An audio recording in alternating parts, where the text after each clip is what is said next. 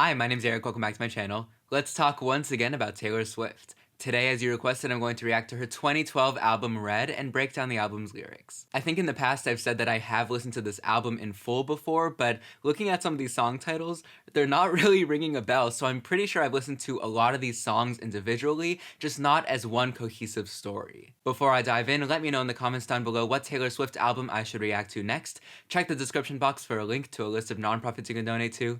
Please subscribe to be here when I post new videos every week, and hit the bell icon to be notified when my videos go live.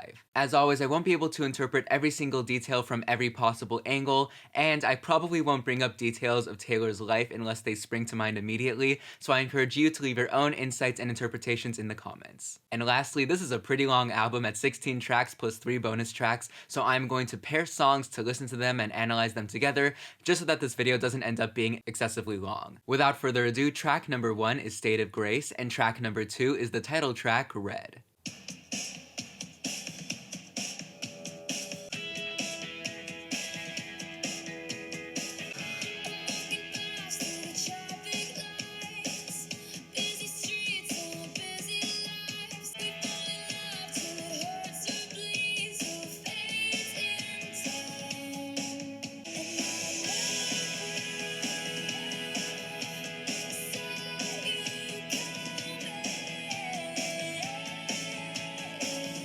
Ooh, nice vocals.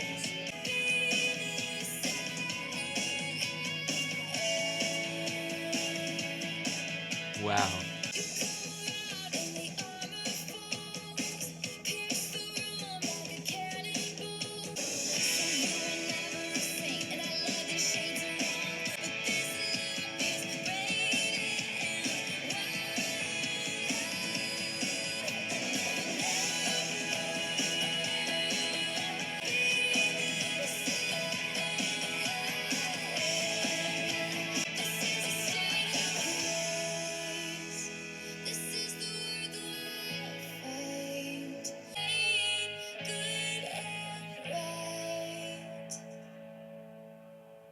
Wow.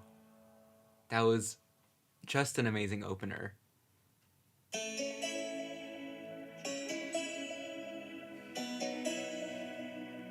Loving him is like driving a new Maserati down a dead end street. Loving him is like trying to change your mind once you're already flying through the freeway. Losing him is blue like I never know. Missing him is dark gray all alone. But loving him is red. Memorizing him was as easy as knowing all the words to your old favorite song. Regretting him was like wishing you never found out that love could be that strong. Forgetting him is like trying to know somebody you never met. But loving him is red. Remembering him comes in flashbacks and echoes. Tell myself it's time now. Gotta let it go. Burning red. Yes, I love that the bridge doesn't pull back. That is so good.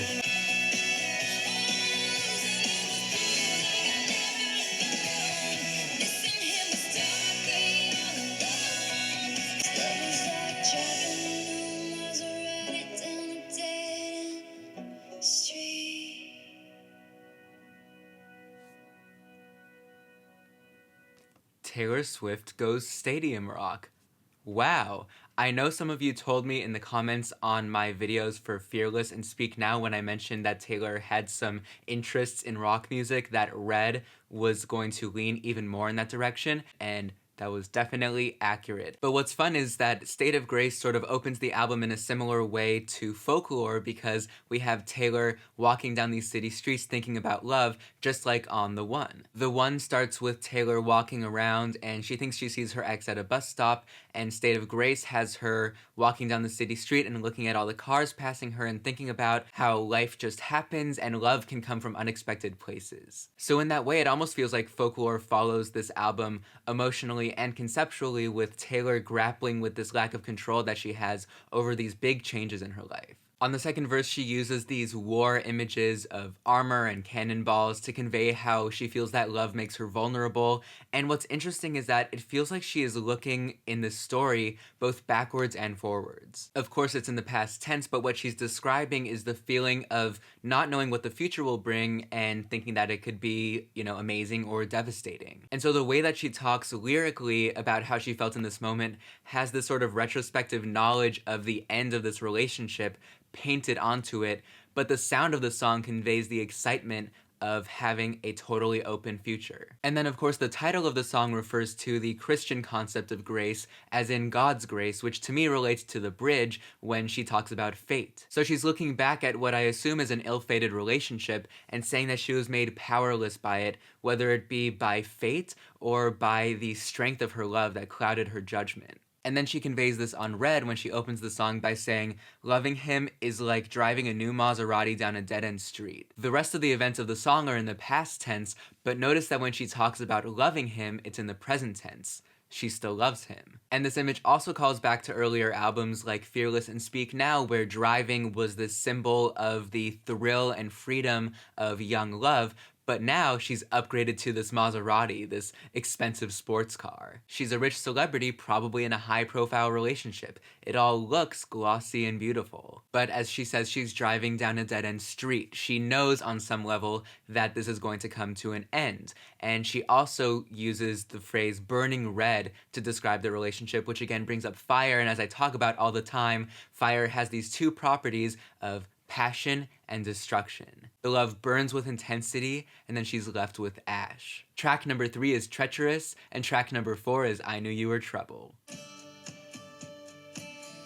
Put your lips close to mine till gravity's too much, and I'll do anything you say. This slope is treacherous. This path is reckless. I like it. I hear the sound of my own voice asking you to stay. Forever going with the flow, but your friction. This slope is treacherous. This path is reckless.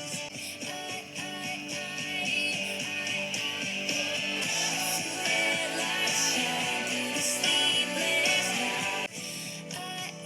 I like it. Okay, I'm curious to hear how Treacherous, another pop rock, pop country type song, transitions into I Knew You Were Trouble, a more dubstep influenced song. Once upon a time, a few mistakes ago, I was in your sights. You got me alone, you found me, and when I fell hard, you took a step back without me, and I realized the blame is on me. 'Cause I knew you were trouble when you walked in, till you put me down. Oh, I knew you were trouble when you walked in. Just waiting for the screaming goats.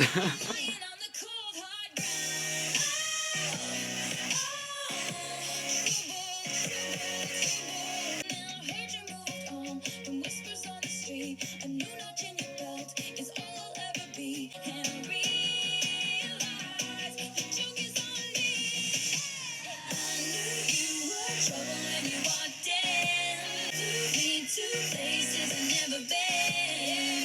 Now I'm lying on the cold hard ground. That you never loved me, or her, or anyone, or anything. I knew you were trouble when you walked in. I knew you were trouble when you walked in. Trouble, trouble, trouble. That is such a banger. Oh my god, I almost forgot how much I love that song. I need to like get myself back down to a level where I can think critically and not just vibe. So immediately, something that distinguishes this album from Speak Now and Fearless is that the problems are explicitly coming from inside the relationship. On her past albums, Taylor relied on an us against the world worldview to motivate the conflict in her stories, but now the struggle comes from her being deeply invested in a relationship that she knows is doomed. She conveys this a few ways on Treacherous. She says on the first verse, out of focus eye to eye till the gravity's too much. On a literal level, they are in this intimate setting and they are so close that she can't see him clearly. That, of course, is another metaphor for this love clouding her judgment. And then gravity also has these dual properties. It's a force that pulls them together like love, but when it's too strong, it can feel heavy or oppressive. And then on the second verse, she suggests again that she's losing control and agency. She says, I hear the sound of my own voice asking you to say. She's like, who said that? Who did that? That wasn't me. So basically this love, this attraction is so intense that she just can't control herself. And then I Knew You Were Trouble puts all of these ideas basically in simpler terms, saying that she should have known from the start that it wasn't gonna work, this ex brought her down, and so on. And for what feels like the first time, she really confronts her own role in this. She says, I realize the blame is on me. You know, for the last 3 tracks, Taylor has been sort of waffling and saying, you know, it was fate that brought us together, or I was actually completely dissociating when I said that I wanted to be with you. So between the conversational, literal lyrics, Taylor's accepting responsibility, and the sound, which is so vastly different, this feels like a moment of clarity that punctuates Taylor's post-mortem reflections on her relationship. The very important track number 5 is All Too Well, and track number 6 is 22. I walked through the door with you. The air was cold. Left my scarf there at your sister's house, and you still got it. Oh, your sweet disposition and my wide-eyed gaze. We're singing in the car, getting lost upstate. And I know it's long gone and that magic's not here no more. And I might be okay, but I'm not fine at all. 'Cause here we are again on that little town street. You almost ran the red 'cause you were looking over me. I remember it all too well. You used to be a little kid with glasses in a twin-size bed. You told me about your past, thinking your future was mean. 'Cause here we are again in the middle of the night. We dance around the kitchen in the refrigerator light. The lyrics on this song are excellent.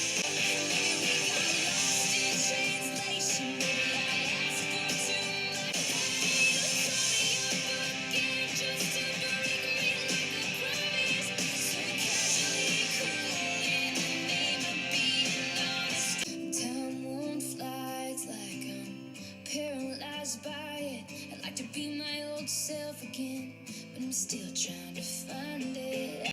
But you keep my old scarf from that very first week, 'cause it reminds you of innocence and it smells like me. 'Cause here we are again, and I loved you so. Back before you lost the one real thing you've ever known. I was there, I remember it all too well. Yeah, I get the hype. It feels like a perfect night. Make fun of our exes. Fall in love with strangers. Yeah, we're happy, free, confused, and lonely at the same time. It's time. Uh-oh.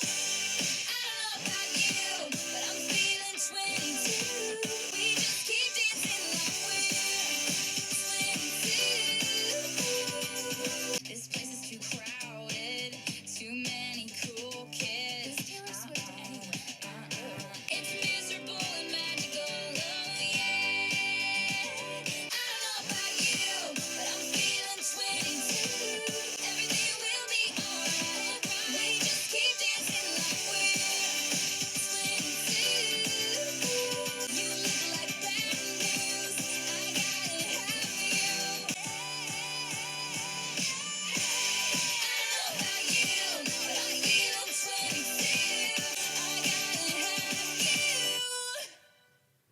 Wow. Two very different songs. And on the opener, I think Taylor had this image of taking off her armor, and she opens All Too Well with, I think, a subtler image of letting her guard down. I'm going to read this whole chunk because I think it's important. I walked through the door with you, the air was cold, but something about it felt like home somehow, and I left my scarf there at your sister's house, and you've still got it in your drawer even now. Typically, when you enter your home, it's supposed to feel welcoming and warm, and so the fact that when she entered her ex's house, or her ex's sister's house, I guess, it felt cold, should have been an early red flag. But in spite of that gut feeling, Taylor takes off her scarf, her defense against the cold. She lets her guard down. And then the detail about her ex keeping her scarf is mostly just symbolic of the way that a piece of you stays with your ex after you break up, but specifically the fact that it was something that she owned that he now has makes it feel more like he took something from her. The color red shows up a couple times, like on the chorus when she says, "You almost ran the red because you were looking over at me." And this works on a couple levels because we have red as this symbol of passion, and then him expressing his passion for her by staring at her, and then also because, very literally, their love is distracting them from a signal that they need to stop. So again, we have multiple images of them not paying attention to red flags. I don't want to go into too much more detail, but I think that was a major theme here. I also think it's cool that she uses the phrase casually cruel because that comes from the song Cruel by St. Vincent, who co-wrote the song Cruel Summer. And then we get to 22, which is just such a huge difference emotionally, but I think coming right off of All Too Well, which as a track 5 is devastating, really colors how I see some of the details in the lyrics on 22. Like, I think she says, you know, let's make fun of our exes, and knowing exactly what her relationship with her ex looked like makes that deeper. Because now we have the full extent of this sort of V-shaped narrative of her being so passionately in love, to the low lows of heartbreak, and back to the celebratory high of allegedly getting over it. And I say allegedly because first she talks about falling in love with strangers, and then towards the end of the song and on the bridge she says, "You look like bad news, I gotta have you." And I'm just here like, Taylor, this was the problem in the first place. Stop it. Get some help. Track number 7 is I Almost Do, and track number 8 is We Are Never Ever Getting Back Together. I bet this time of night you're still up. I bet you're sitting in your chair by the window, looking out at the city, and I bet sometimes you wonder about me. It takes everything in me not to call you. Every time I don't, I almost do. I bet you think I either moved on or hate you. I can't say hello to you and risk another goodbye. And I wish I could run to you, and I hope you know that every time I don't, I almost do. And asking me if I wanna try again with you. Don't do it. I hope sometimes you wonder about me.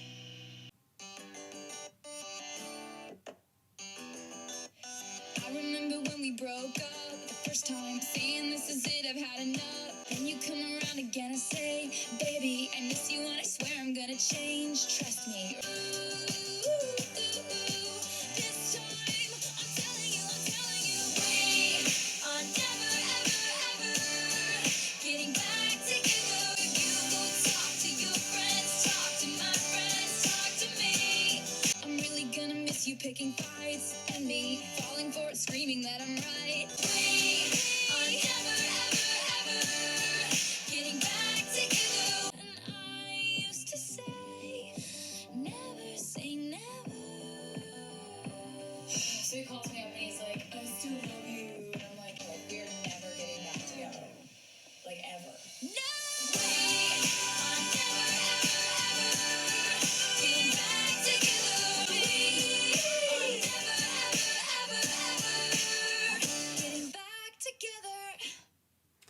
Yep, definitely a lot of tonal shifts here. Of course, super catchy. Max Martin is definitely all reliable, and a lot of moments designed for Taylor to, you know, take her mic and lean all the way back as is or was her signature. Also, I don't know if this is news to anyone else, but it sounds like that guitar lick that's underneath most of the song, the first half of it is played forwards and the second half is the first half played backwards. Going back for a second to I Almost Do, something clever that Taylor has done throughout this album is that she talks about how she's feeling now by projecting it onto other people or onto past situations. So like on the opener, she projected the thrill of new love onto how she saw the world around her, and she projected her retrospective sense of regret onto the perspective of her past self. Here she does a sort of similar thing by telling us that she's not over her ex by saying that she's sure that her ex isn't over her. And she even ties back to State of Grace when she ends the song by saying, "I bet you're sitting in your chair by the window looking out at the city, and I hope sometimes you wonder about me." She opened the album by looking at the city, thinking about her ex, and she hopes that he's doing the same thing. And what's a bit tragic is that we don't actually know if he does. On I Knew You Were Trouble, the problem in the relationship was that it was one-sided, so maybe now even the heartbreak is one-sided. And then just like on I Knew You Were Trouble and 22, on We Are Never Ever Getting Back Together, the poppier sound and simpler lyrics coincide with emotional clarity and more revealing details. Like we get more specific circumstances surrounding their breakup, down to direct quotes from their conversations, and yet another instance where Taylor admits where she went wrong. Specifically on the second verse, she says, "I'm really gonna miss you picking fights, and me falling for it screaming that I'm right." So it's interesting that the songs that are arguably less complicated dot the album with these moments of confessional clarity. Track number 9 is Stay, Stay, Stay, and track 10 is The Last Time featuring Gary Lightbody. I'm pretty sure we almost broke up last night. I threw my phone across the room at you. That's when you came in wearing a football helmet and said, "Okay, let's talk." Stay, stay, stay. I've been loving you for quite some time. Before you, I'd only dated self-indulgent takers who took all of their problems out on me. I love you because you have given me no choice but to stay, stay, stay. You took the time to memorize me, my fears, my hopes and dreams. I just like hanging out with you. I think that it's best if we both stay. That was cute, and it's interesting that her vocal delivery sounds really similar to how it was on Fearless and Speak Now. Find myself at your door, just like all those times before. I'm not sure how I got there. All roads, they lead me here. Right before your eyes, I'm breaking.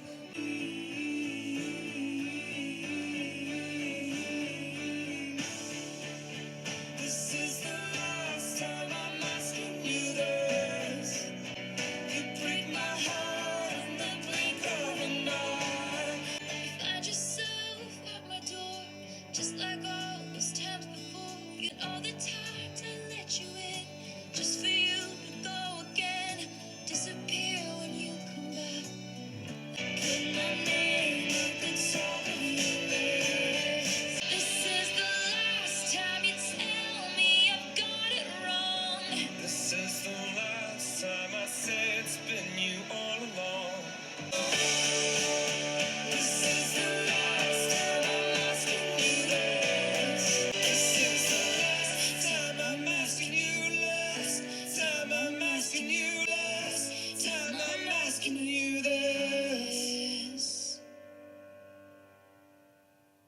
Wow, again, it's really interesting to hear these pairs of tracks because there is so much variety, and she specifically has songs that are very different tonally right next to each other. And so specifically on Stay, Stay, Stay, we have what feels like a cartoon version of how things should have gone in the relationship, with first her boyfriend putting on like a football helmet when he's ready to, get into not an argument, but a conversation with her, knowing that she's going to be, repeating this behavior of throwing her phone, which is not okay. And then he is carrying her groceries, and we have this almost dream sequence of her laughing in the supermarket. These are exaggerated versions of real-life loving gestures, and she's specifically making them fantastical so as to place them in the realm of fantasy. She's saying this type of perfection is not compatible with reality. And that's because the real life thing that she wants underneath all of this is the feeling of reciprocity and equality. She says on the bridge, "You took the time to memorize me,"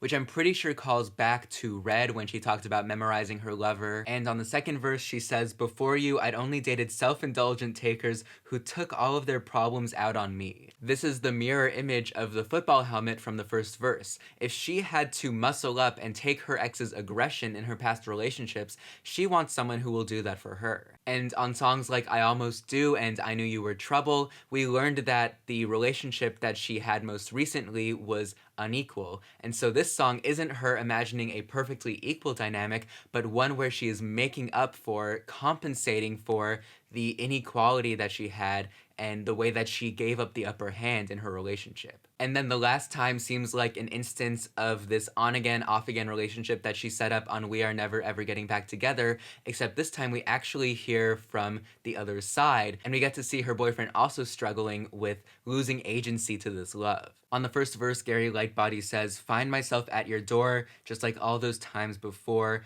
I'm not sure how I got there, all roads they lead me here." This is the exact feeling that Taylor has been struggling with, and in the same words. So now we know that both parties in this relationship feel pulled to each other in spite of their better judgment. And even the structure of the song performs this reciprocity and equality. So on the chorus, Taylor and Gary sing with each other. It's the same lyrics, the same rhythm. They are feeling the same way. They are synchronized. And then on the second verse, Taylor actually sings Gary's lyrics back to him, again reflecting how he's feeling. So assuming that the song is about the same relationship that we had earlier on the album, the function of the song isn't to disprove that this relationship will end, because we already know from the opener that it does, but to complicate this reading of this relationship as this ex being the aggressor and Taylor being the victim by getting the perspective of Taylor's ex and learning that he also was susceptible to this love and lost power to it. Track number 11 is "Holy Ground," and track number 12 is "Sad, Beautiful, Tragic." I was reminiscing just the other day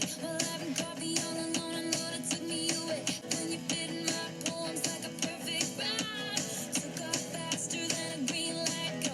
And right there where we stood was holy ground. So tying back again to the idea of God's grace.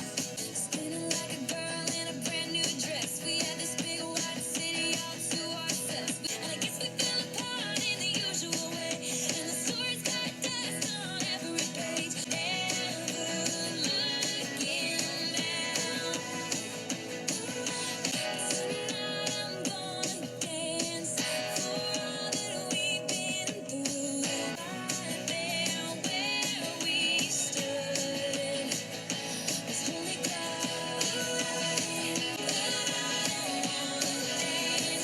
if I'm not dancing with you. That was a lot of fun. Long handwritten note deep in your pocket. Good girls, hopeful they'll be, and long they will wait. We had a beautiful magic love there, and time is taking a sweet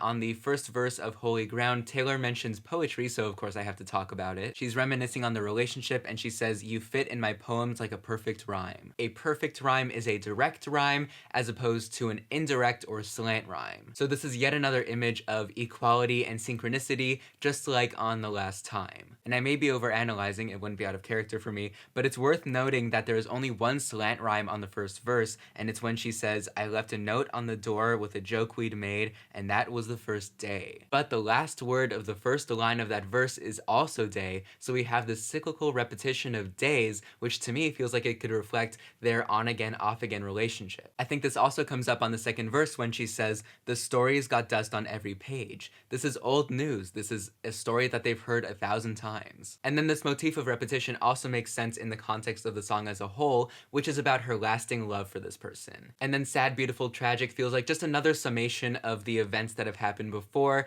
but this time with Taylor moving on to the next step in the emotional process of this breakup. So whereas on Holy Ground, she really seemed to romanticize the relationship and to miss it, here she feels a bit more detached from it. She can look at things with a bit more objectivity and see the good and the bad. And just like Taylor deferred to fate and to time on the first few tracks of this album, here she says, "Time is taking its sweet time erasing you." Just like falling in love is out of her hands, so is falling out of love. But in that way, it helps her recover from this relationship. She doesn't feel like she has to push or do a lot of work to get over this person. She can trust that she can just keep living her life and let time do that work for her. Track number 13 is The Lucky One, and track number 14 is Everything Has Changed featuring Ed Sheeran. New to town with a made-up name in the angel city, chasing fortune and fame. Another name goes up in lights, and I'll tell you now, you're the lucky one. Big black cars and Riviera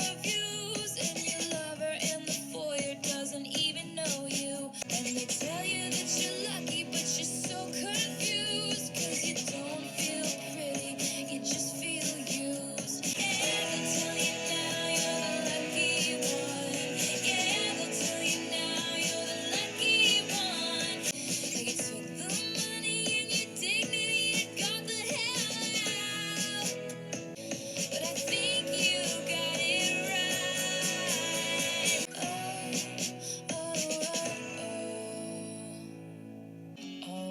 All I knew this morning when I woke is I know something now I didn't before. I just wanna know, you better know, you better know, you better now. 'Cause all I know is we said hello, and your eyes look like coming home. Everything has changed. And all my walls still tall painted blue,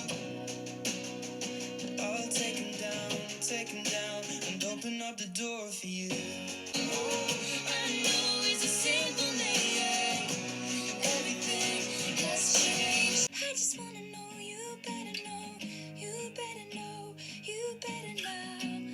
All I know since yesterday is everything has changed. Definitely narratively a strong parallel here to Enchanted. So The Lucky One is possibly the first song on this album that's not about a romantic relationship, or at least doesn't involve one. Instead, it's about Taylor being a celebrity and considering that she might not want to stay in the spotlight in the long term. She uses this story of an older celebrity's experiences basically as like a moral fable for herself and describes this person's rise to fame, saying, "Another name goes up in lights." This is a combination of the phrasing of two different expressions, name in lights and go up in flames. The former, of course, refers to stardom, and the latter, of course, refers to destruction, just like the fire images on some of the earlier songs. In other words, rising to fame coincides with some sort of underlying destruction, and based on the second verse, it feels like that destruction is the loss of her private life and the ability to make connections unqualified by wealth and fame. And then on Everything Has Changed, Taylor meets someone new, and as we know from some of these other songs,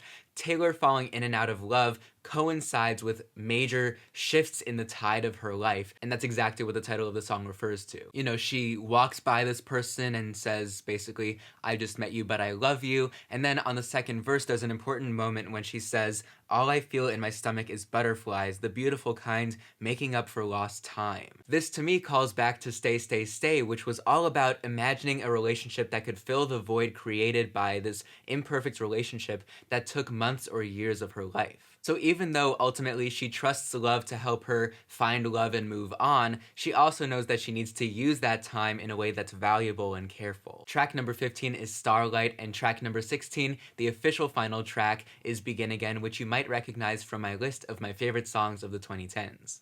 Oh my, what a marvelous tune. It was the best night, never would forget how we moved. And we were dancing, dancing, like we made a starlight. I met Bobby on the boardwalk, summer of 45. Can't remember what song it was playing when we walked in. The night we snuck into a yacht club party, and I said, oh my, what a marvelous tune. It was the best night, never would forget how we moved. He said, look at you, worrying so much about things you can't change. Don't you dream impossible things. Like, oh my, what a marvelous tune. We could get married, have 10 kids, and teach them how to dream.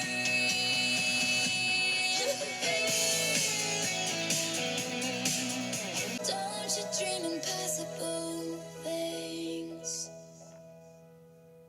Cool, I didn't know that she took sort of historical stories in the past before folklore. Took a deep breath in the mirror. He didn't like it when I wore high heels, but I do. Walked in expecting you'd be late, but you got here early and you stand and wave. I walked to you, and you throw your head back laughing like a little kid. I've been spending the last 8 months thinking all I've ever does is break. But on a Wednesday in a cafe, I watched it begin again. We tell stories and you don't know why. I'm coming off a little shy, but I do. So do we. I think it's strange that you think I'm funny, 'cause he never did. But you start to talk about the movies that your family watches. What's past is past. On a Wednesday in a cafe, I watched it begin again.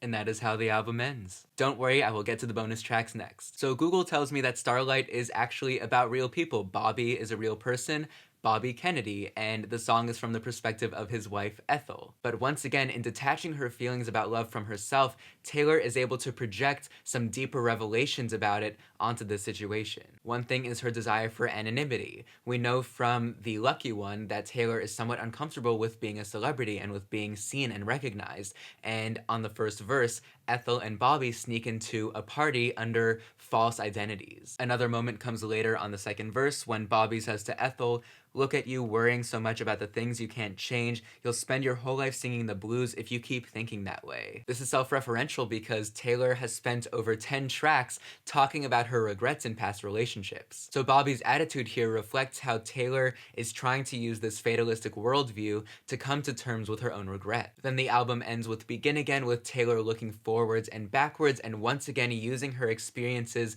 in this new budding relationship to reflect on the deficiencies in her past relationship. This mostly takes the form of direct comparisons, like on my favorite line of the song, you throw your head back laughing like a little kid. I think it's strange that you think I'm funny because he never did. It's relevant important to bring up being a kid because childhood represents limitless possibilities, a worldview untainted by adverse experiences, and one that she can't access but she wants to, as we saw on State of Grace. On the bridge, we see them walking together to her car, so if driving is the thrill of new love, they are getting closer and closer to it. He talks about movies, which we know from Taylor's prior albums represent romanticism and idealism. And finally, of course, she says, on a Wednesday in a cafe, I watched it begin again. Again, with this cycle motif, Taylor opened and closed the album with her walking down a city street thinking about how love can come at unexpected times and in unexpected places. But now she has someone new to walk with and can write over her regrets with these new experiences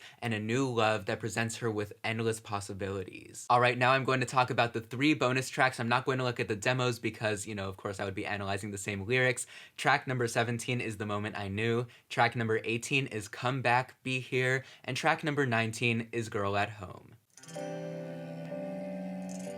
Ooh, I love the cello. You should have been there. Should have burst through the door with that baby, I'm right here smile. Christmas lights glisten.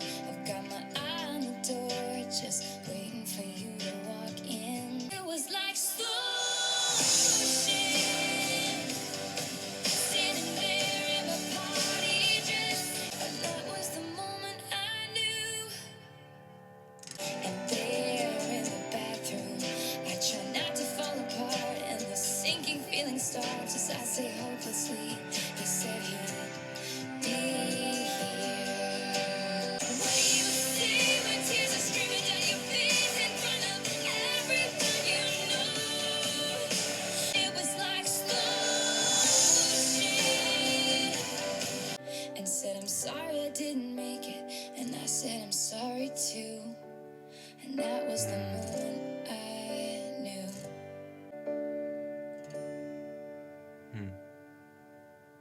Very interesting. Very sad. You said it in a simple way. 4 a.m. the second day. How strange that I don't know you at all. I told myself don't get attached, but in my mind I play it back. This is when the feeling sinks in. I don't wanna miss you like this. Come back.